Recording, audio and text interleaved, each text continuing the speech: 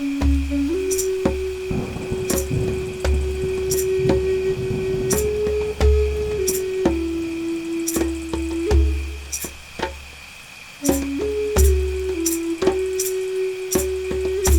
afternoon, and good day to you. This is Brandon Tilt. You're tuned into On Healing. This is a podcast on healing. Right? Broadly speaking, it's about my journey, and it's about this concept that seems kind of challenging to define, but it's about growth. It's about working on ourselves. It's about healing from trauma.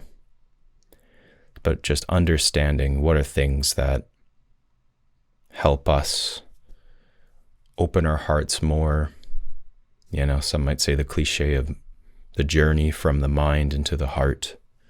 This could be something of that. This could be something of healing your relationship to spirit. Right? Those are all great ways to look at it. Whatever works for you, just, take what lands and leave what does not. Right now I'm in a very deeply reflective place. I've recently completed a series or a pair of two ceremonies that I did, ayahuasca ceremonies, and I thought it'd be easier returning to the medicine a year and a half later after doing my 8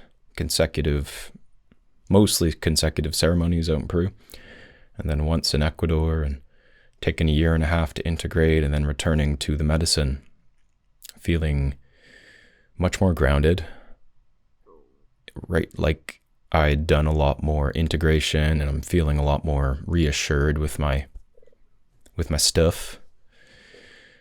I figured it might be easier. It was easier in ways, but it was also just as difficult, right? Just like I was returning to the exact same place again. And in addition to that, maybe just today even, I've been in this really deeply reflective place, thinking, reevaluating really, what is it I'm really doing? What's my relationship to my unconscious and my shadow? What's my relationship to my masculine, my feminine, the polarities that exist within me? What am I really doing? And am I actually healing? Or in what ways am I healing? And in what ways am I still struggling to heal?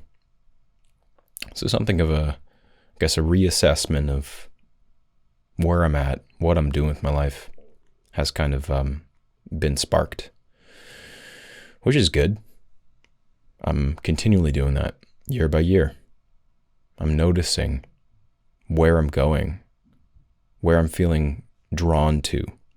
And then at some point, also recognizing what I'm being pulled towards that's not in alignment with me and my path. And just trying to understand maybe more about that misalignment. It's fun stuff. Today I feel called to reflect on the nature of good and evil. And this has been something I think has been very difficult to grapple with. As a philosophy student of sorts, as someone who's really refined what it means to show up as a quote-unquote good person, working in the field of counseling, it's like you get, I'd say, a very unique lens about morality. And some might say it's a bit of a rigidness about the right thing to do and the right way to behave. There's certain conditions around how as a counselor you ought to show up in society. And deviating from that is the wrong way. And even just looking at the indigenous world, I've been learning about the red road, and the red road is the good way. It's the right way to show up. That's in alignment with doing the inner work and making your ancestors proud and helping have a positive impact on your community. And then there's what they call the black road, which is, addiction, escape, getting lost, getting stuck in all these behaviors and hurting people, really.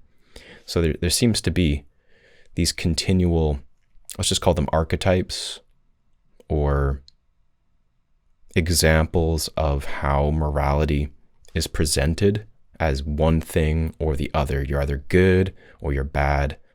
You're walking towards being a better person, right? Or you're struggling and falling into ways that reflect being a bad person. But I'm starting to really, reassess these reference points. Like the deeper I go into my own work, my own shadow work, the more I start to work with people and get to know people in all different walks, let's say, the more I start to really question what it means to be a good person and what it means to be a bad person. When you start to really get into the nuance of it, because there's some pretty clear objective indicators of people that are just doing things that help people.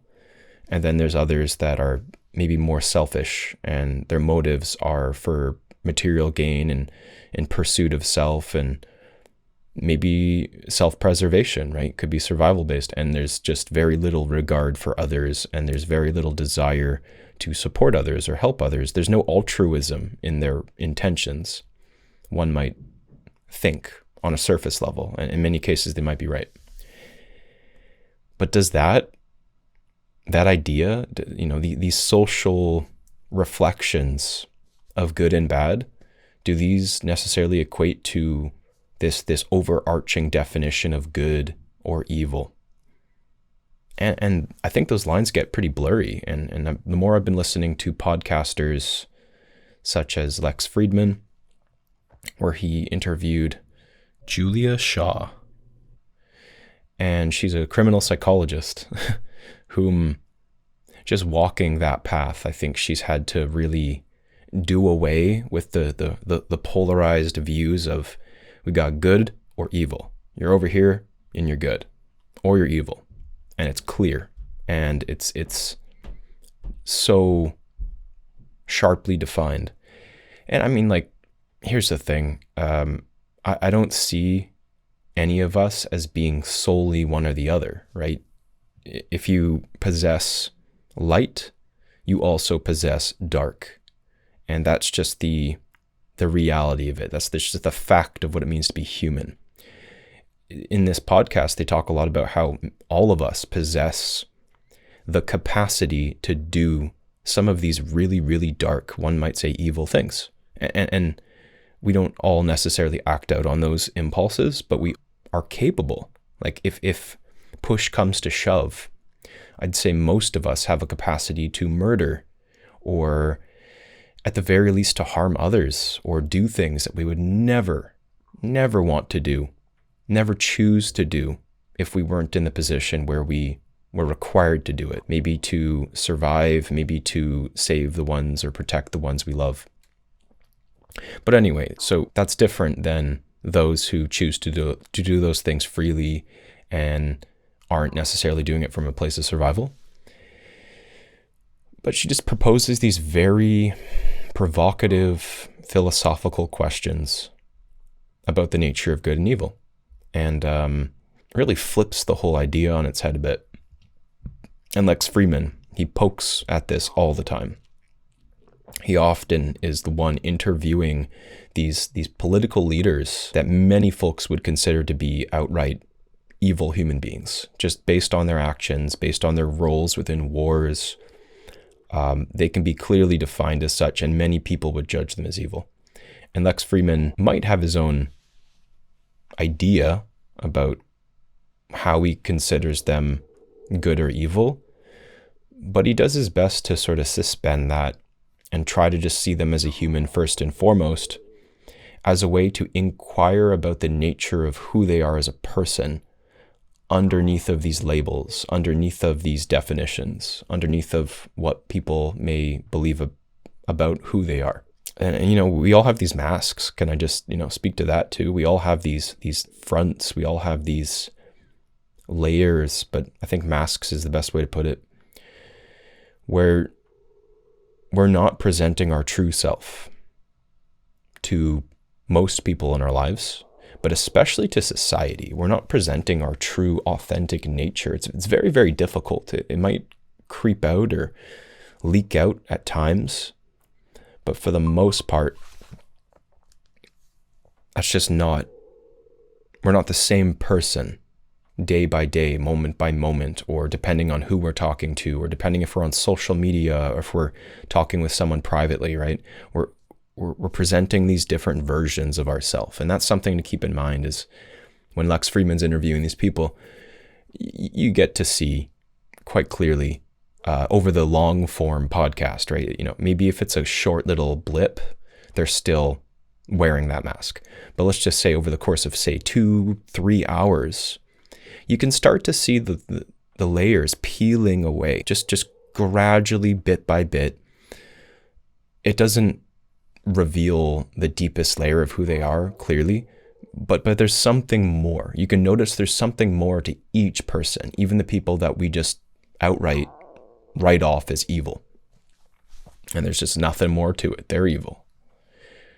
So, yeah, it's an interesting idea. I think even just having the openness to believe that things aren't what they seem, and our mind often will create narratives about people that are really based in our experiences, our trauma, our emotions, often fear or anger or sadness or guilt or pity or resentment, right? We're primed to believe we understand a person more than we do. And that's usually based in certain emotions that are survival based. Anyway, so good and evil. I have to think about this one. I really got to consider, well, first of all, being good isn't what it seems. I think that's something that I'll put I'll propose as an idea. I think there's a lot of people that do things from a position of, I'll be good because it will get me something. And in the podcast with, oh God, I'm so sorry if I'm getting her name wrong. It's either Jenna Shaw, Jennifer Shaw. It's Shaw. So Dr. Shaw, you know, it's an easy way to put it. Criminal psychologist. I would say an expert in her field. Also just a very, very provocative thinker. She talked about how a lot of these criminals, when they're on the stand, I suppose, or when they're trying to get probation, they'll put on a front. They'll oftentimes lie. And she spoke to how difficult it is for us to truly decipher when someone's lying. Many of us think we're better at noticing and what's just called lie detecting. We think we're so good at lie detecting. And she would propose that research shows that we're not. Research shows that in many cases, and this is heightened in police officers and maybe other legal authorities, that we believe that we understand when someone's lying and when they're telling the truth. But the reality is that we don't. The reality is that people are much better at lying and getting away with it, or we assume that people are lying in situations where they're actually telling the truth. There's a distortion there. And I guess that's just it, is, where's I going with this? The intention of a good person, right? Similar to when there's a person who's trying to get probation, they'll say what they need to say. And it's very difficult to discern whether they're lying or telling the truth. But the intention isn't quite clear, and the underlying motive isn't quite clear. And I would say that in many cases, let's just say there's a Christian, I can think of any religion, but a Christian's most clear to me, who's doing what they're doing for this idea of the afterlife. I'm going to be a good person because the payoff is this infinite bliss. this idea of being in heaven, being chosen to be in a better life in the next world, in the next dimension. Right? There's a reward, basically. There's an intention, an incentive, one might say. And I think everyone has an incentive to be good, right? Like, ultimately, there are reasons that if you do things that help others, it kind of, in a roundabout way, comes back and benefits you. I think that's just human nature. Not always, by the way. That's where altruism comes into play. Altruism is when you're doing something with absolutely no expectation of anything whatsoever coming back and supporting you. And, that's actually pretty rare if you look to society nowadays, but it's actually a human trait. Animals don't exhibit altruism, but humans were capable of altruism. But in the animal kingdom, they aren't. They don't focus on that. Everything's reciprocal. Everything's transactional in some way. Maybe it's more abstract as to what that transaction looks like, but according to animal research, animals are transactional in this way. But then us humans, we have this capacity for altruism, which is beautiful. It's a phenomena, right? And at the same time, how often are we actually deeply altruistic versus there's this underlying intention, there's this maybe somewhat obscured idea, this notion that's going to come back and benefit us, maybe in the next life even, right? So that's why we use the example of Christianity. Any religion that reflects this similar belief system, where if I'm a good person, it will ultimately lead to a payoff. And is this really being a good person? Like, this is an interesting moral dilemma in a way, where if your idea is that you're going to live a paradise life, and that is the only reason, that is the sole purpose for you doing right things, is that really seen as being done, from, let's just say, the heart? Is that truly altruistic? Not quite.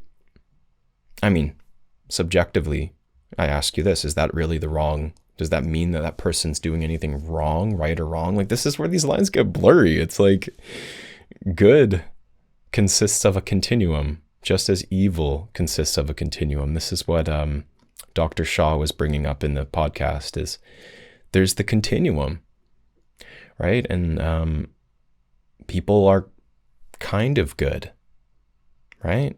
Inherently. Maybe there's a kind of evil that exists within us all.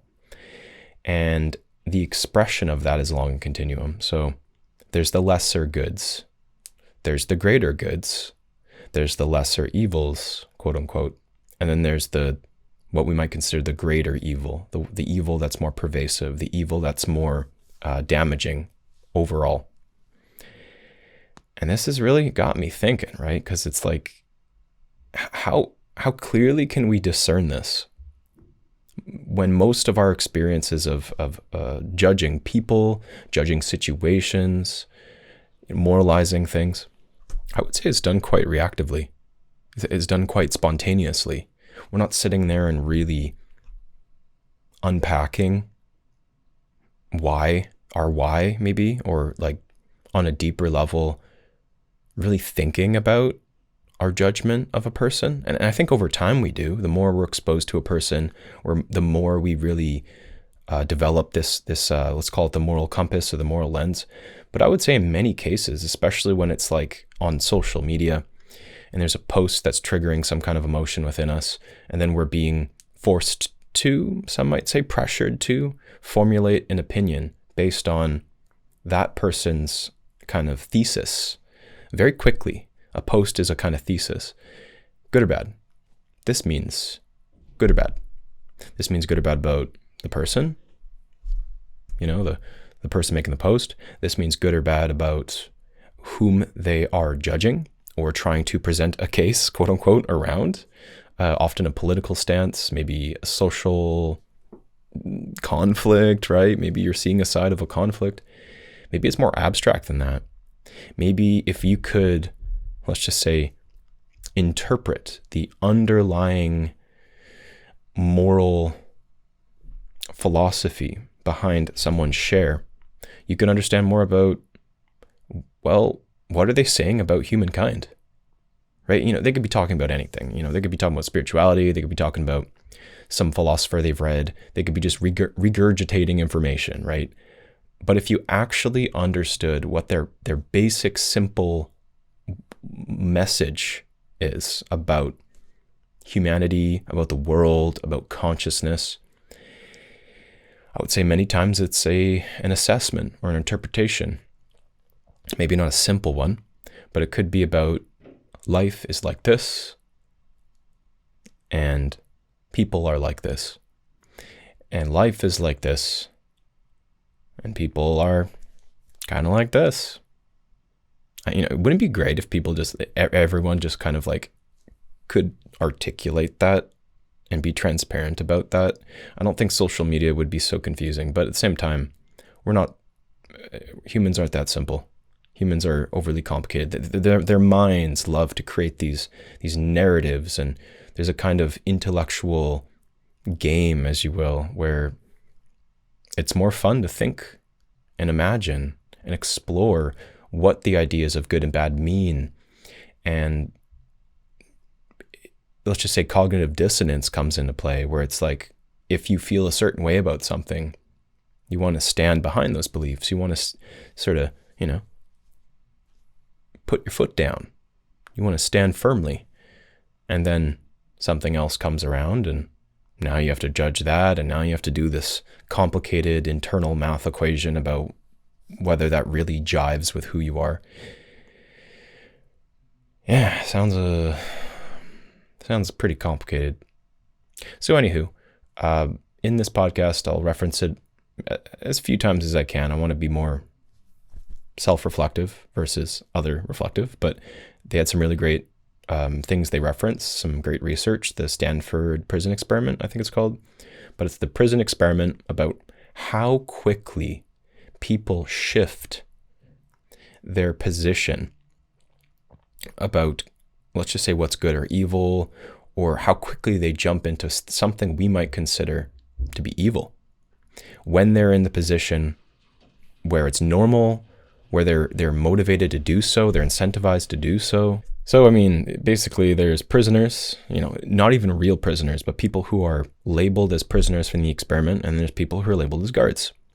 And they've never been a prisoner or a guard for the most part, probably not. And then now they're in a position where they have authority over another person, and they are deemed better than, basically, or they have control over.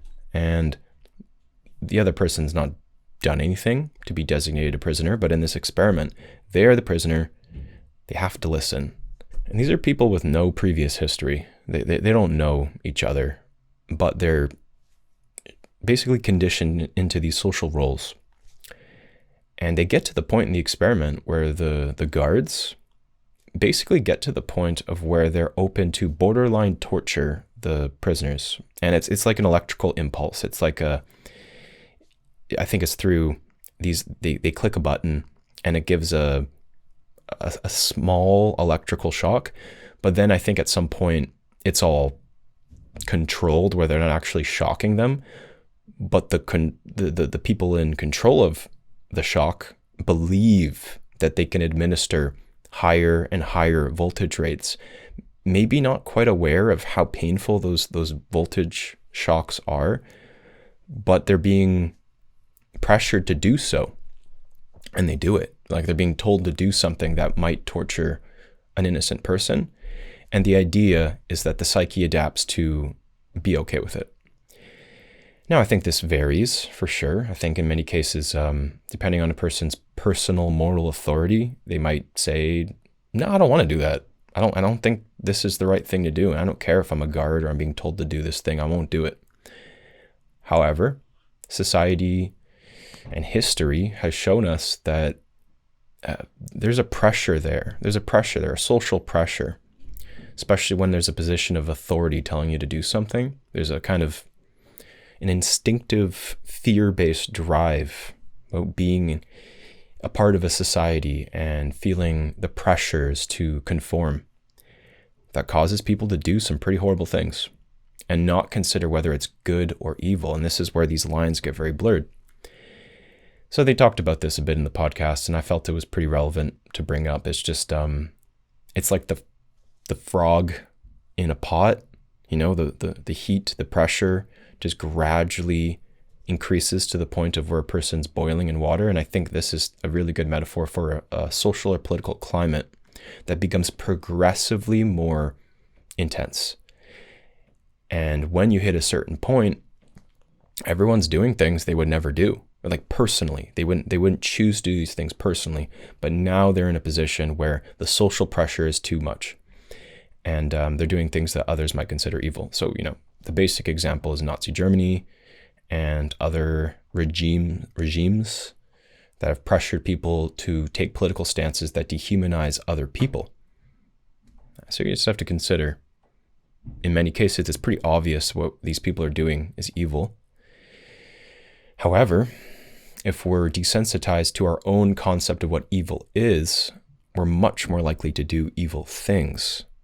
So there was another thing that was brought up in the podcast with Lex and Dr. Shaw, which was how if we don't do this thing called, it's kind of like a form of fantasizing, but it's more about if we don't imagine in our own mind, which by the way, it seems like most people do, almost everyone does this, what it would be like to do the evil thing, right? Someone mentions some terrible thing and you're like, in a way, your mind starts to imagine what would that actually be like if you did that thing? What would be the consequences of that? What would it be like? How would you feel within that experience?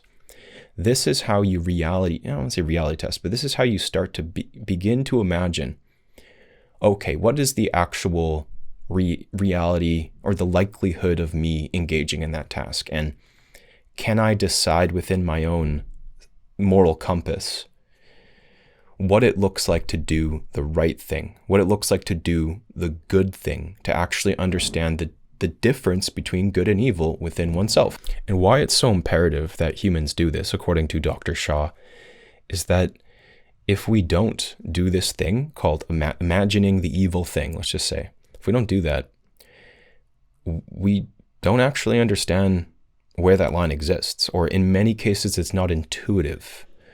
We could be doing something pretty evil from most standards, but still be in this kind of blurry gray line where we still believe we're doing something for the right reasons, or that there's an overarching good that we're meeting. So, damn, it really proposes the idea that understanding evil is what actually necessitates doing the good thing, doing the right thing, actually understanding how to embody behaviors that support others and do less harm. And I'm not going to say do no harm, but do much less harm.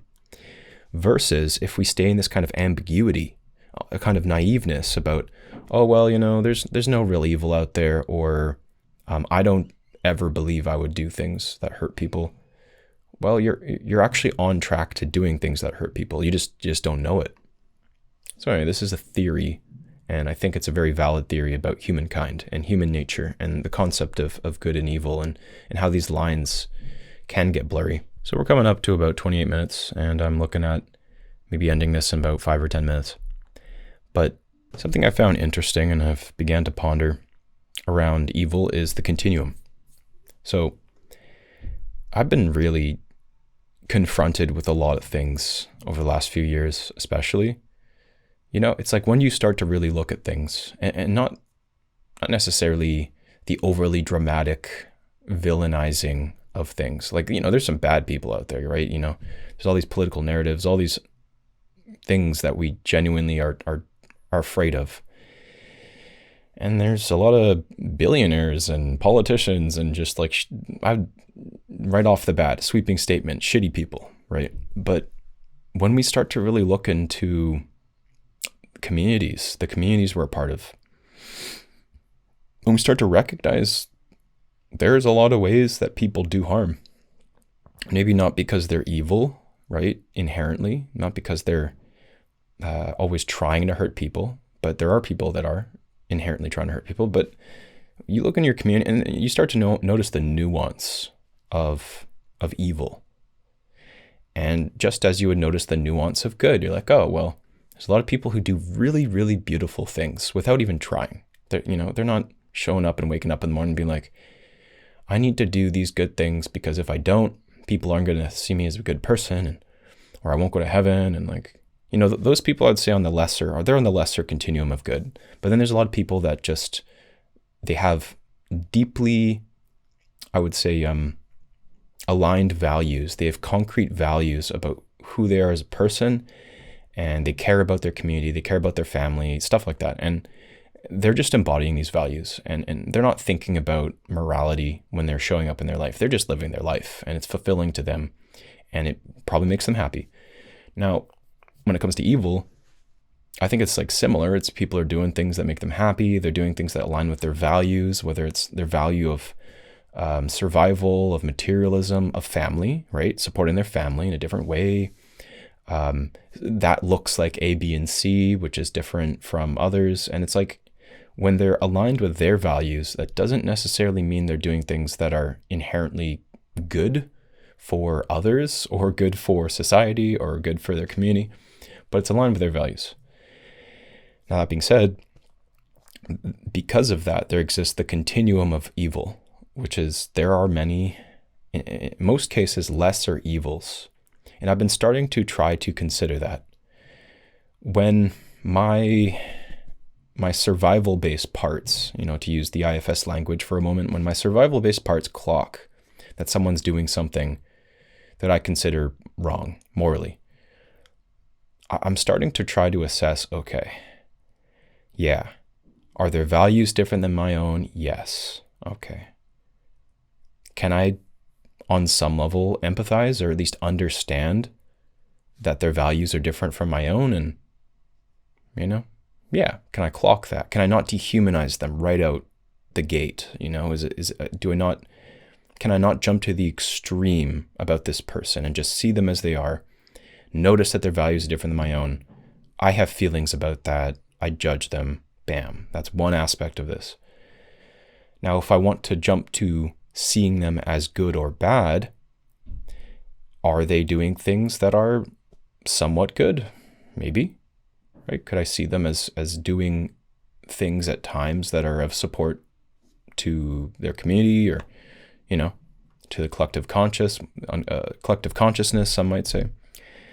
But then, of course, if they are doing things that I deem as harmful, how can I really, truly discern without knowing them on a deeper level? How can I discern where they are on this continuum of evil? And that's a very difficult thing to do. That's a very, at first, abstract thing to do. Can I really truly do that? Well, I would say each of us has a capacity to do it because we do it unconsciously. Like to take this like morally righteous stance that as soon as you start to think about a person as doing something wrong, you're less spiritual or something. Like there's like a spiritual bypass, or there's like a guilt that comes in because you're having quote unquote bad thoughts. It's like, does that really change the nature of humanity at all? Does that really change the nature of your shadow? Like, the aspects of yourself that you repress or deny, that wants to judge people, that feels anger towards people, that feels very real feelings that are often based in fear and survival. Like even if you don't give energy to those feelings, I would say unconsciously they're still there.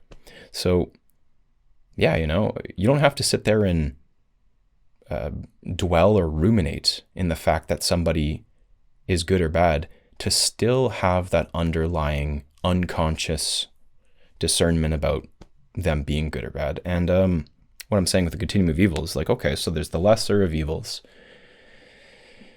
What does that look like for me? What does that, what kinds of emotions does this provoke? What kinds of actions do I want to enlist as the result of a person that's lesser evil?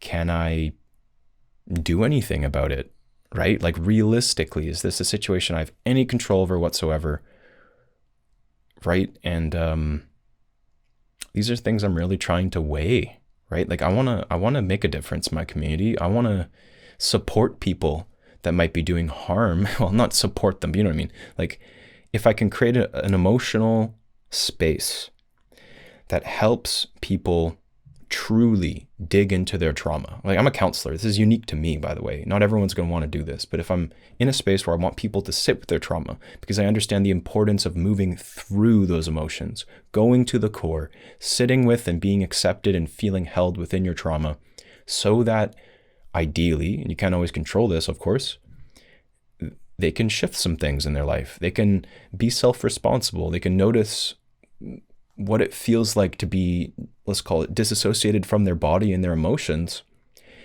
And then when they reattune to their body and they reattune to their emotions, they can feel empathy, or they can feel more connected to their feelings that extends onto the people in their life. And then ideally, not always, but ideally, they're not harming people unconsciously, at least. If they're doing it consciously, that's a different story. There's layers there, I'm sure. But let's just say there's folks that harm people unconsciously because they're acting out their trauma in all these different ways.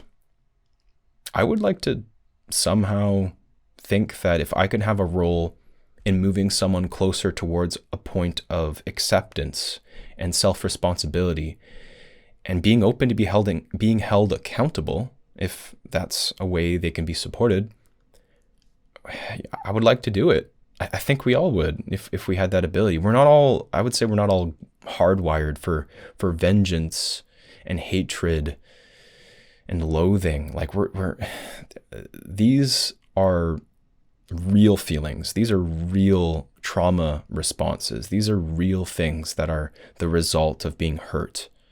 Intergenerational trauma carries forward all these very, very real feelings. And we need to feel those feelings too, to some extent. But I'd like to hope that as a humanity, as a species, we're not getting stuck in those feelings, so stuck in those feelings that we don't also have the capacity for love and for openness and to turn towards others and offer them that same compassion that they're maybe offering us. Maybe I'm a bit of an idealist, right?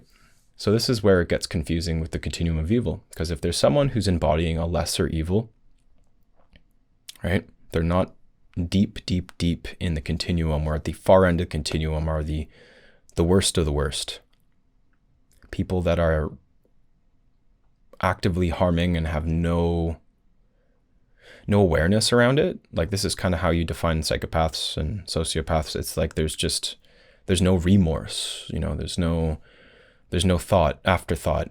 It's just, there's a numbing. There's just a full-on numbing. And it's like, I don't feel like I could personally work with those people, but I think the further you get into psychology, the further you get into criminal justice, the further you get into doing this type of restorative work, I would say there's people that have those roles, but they are required to do a tremendous amount of inner work and have a skill set that allows them to navigate these types of complex moral situations within themselves.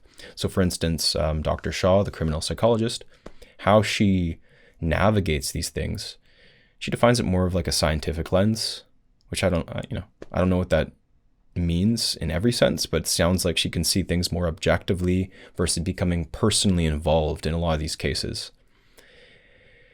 So the deeper you get into whatever, clearly your stance on morality and good and evil changes, or it shifts, or it adapts to become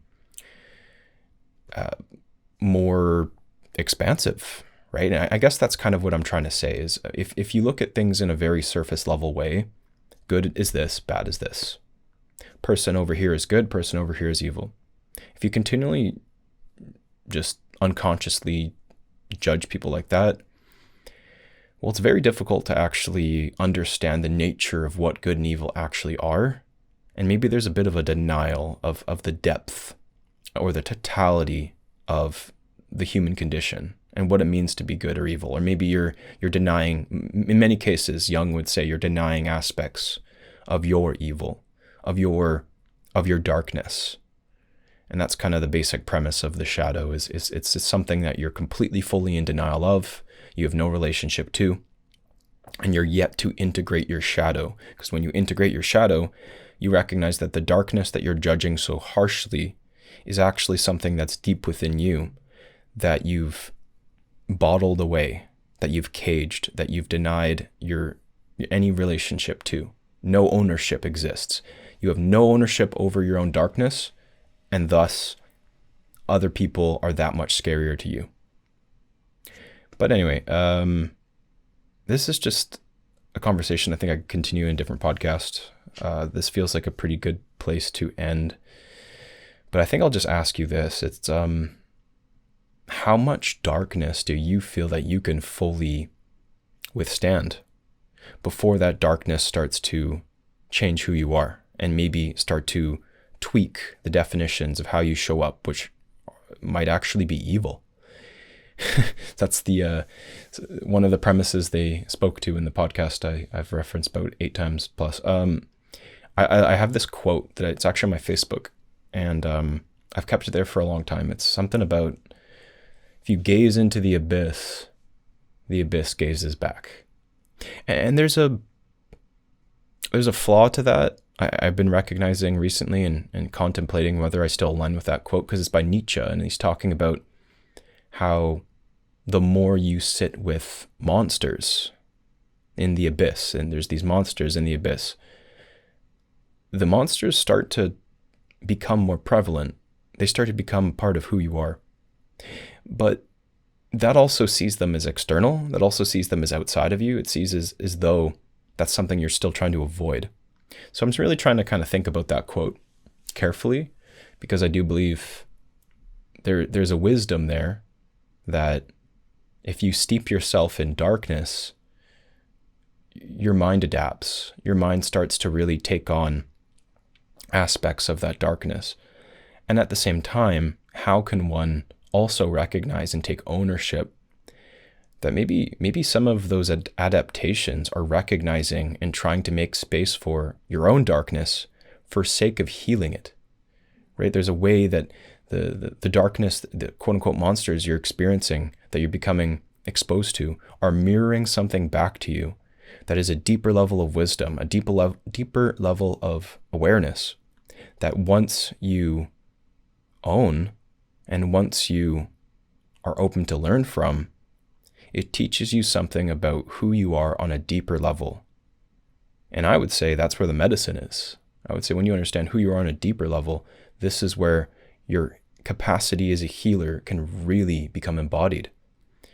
If that's your path, if that's something you're seeking, if you're seeking that, if you're not seeking that, not everyone needs to be a quote unquote healer. Not everyone needs to quote unquote heal their darkness. But I'll say this last little opinion, this is my opinion, this last little note. Anyone, whether you're trying to become of service or be a healer or therapist or anything, anyone who embraces their darkness is going to find a way to their light. And anyone who embodies their light is going to be able to radiate that light outward and share that with the people in their life. And I think that's kind of it. You know, it's beautiful when our light shines to others and helps them feel more warm, or helps them bring awareness to their own darkness. And, you know, we're all just basically creeping through and wandering through this dark existence, this tunnel of consciousness. And when someone shines a little bit of light, we're able to see just a little more, and maybe we can see a little bit more of who we are, and maybe we can find our light as a result. So thanks for tuning in. This is a great exploration of good and evil. Probably do a part 2 at some point when I feel ready. And if you like this podcast episode, maybe leave me a 5-star review. Helps others access my podcast, helps make it so people can maybe just, you know, find me and engage with my content more. And I really appreciate that. So thank you. And I hope you have a great rest of your day. Take care for now. Bye. Are you making space for your inner healer to blossom? Are you making space for that self, that deeper sense of self to shine through? If you'd be interested in working with you one-on-one, please reach out through featheroflightcounseling@outlook.com. Aside from that, go out to your favorite nature spot and pray for me, and I will pray for you. And a heartfelt thank you for being a friend. Take care.